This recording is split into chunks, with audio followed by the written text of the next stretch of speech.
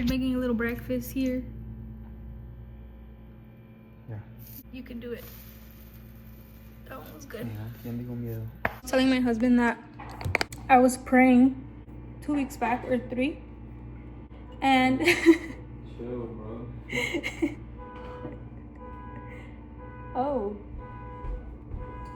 mira, este chismoso va rápido para ir a ver lo que está pasando.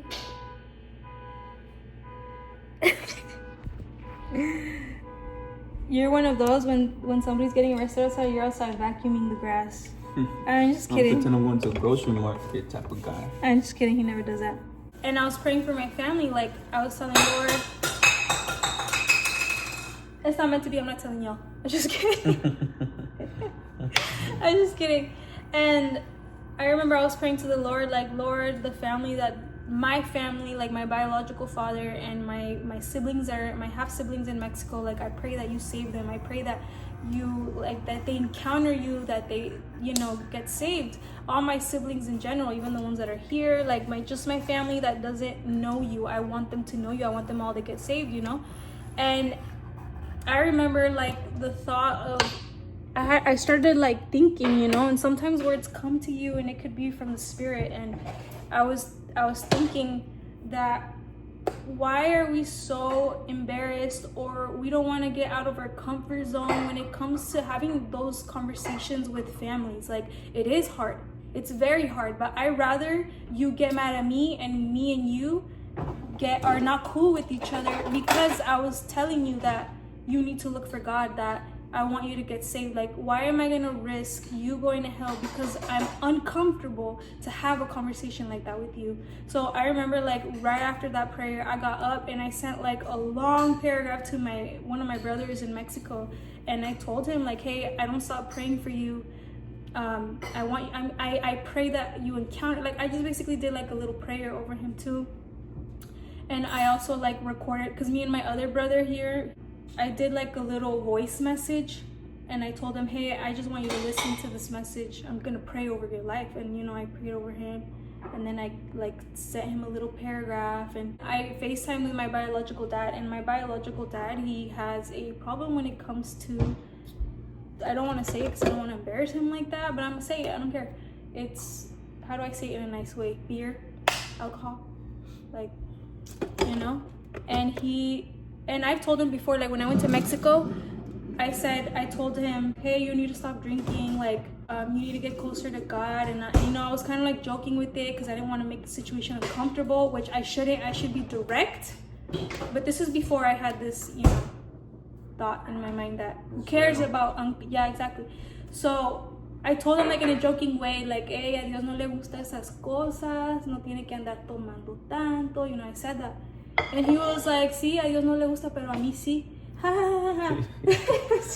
Joke around with. And we ended the conversation there. Like, he just doesn't take me serious. But after this prayer that I had made, and, you know, this conversation, what did you call it? What'd you say? Rema? Is that what you said? I like that. And after that, I had a FaceTime call with him, and I literally said directly, hey, I want you to listen to me, because this is serious. There's a life after this, and you need to start thinking about that, because the way you're going and the things that you're doing is very unhealthy for your body. Mm-hmm. And at any moment, you don't know what could happen. And I want you to live longer. Me and you might have not had a relationship, but I care about you, and God chose you as my father for a reason. Therefore, I want you to get saved. I want to see you in heaven after this life.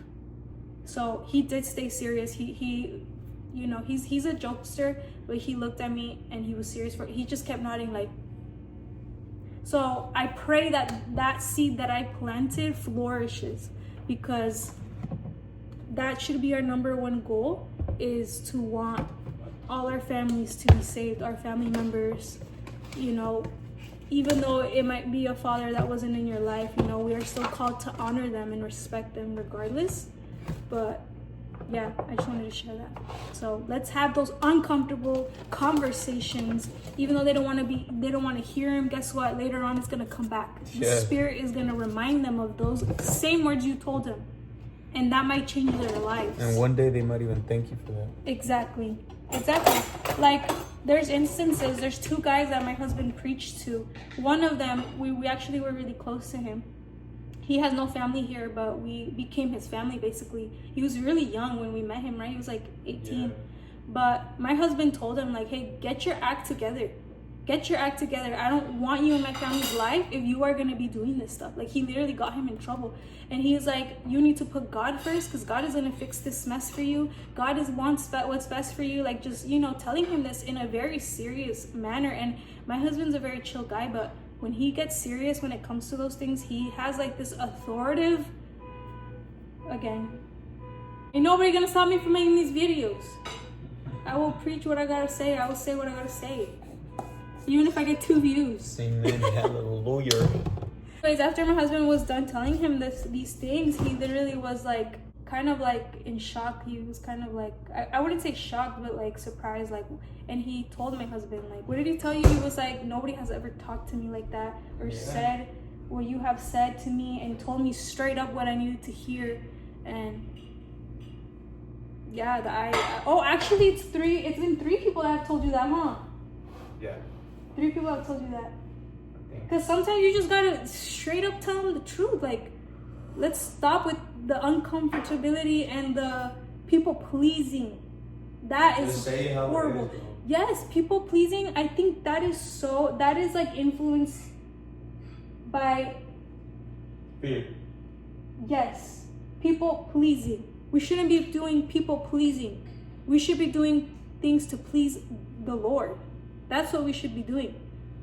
Because there are certain things and topics that we don't touch or we don't talk about because you don't want to make the environment uncomfortable. You don't want to get that person to be upset with you. Mm-hmm.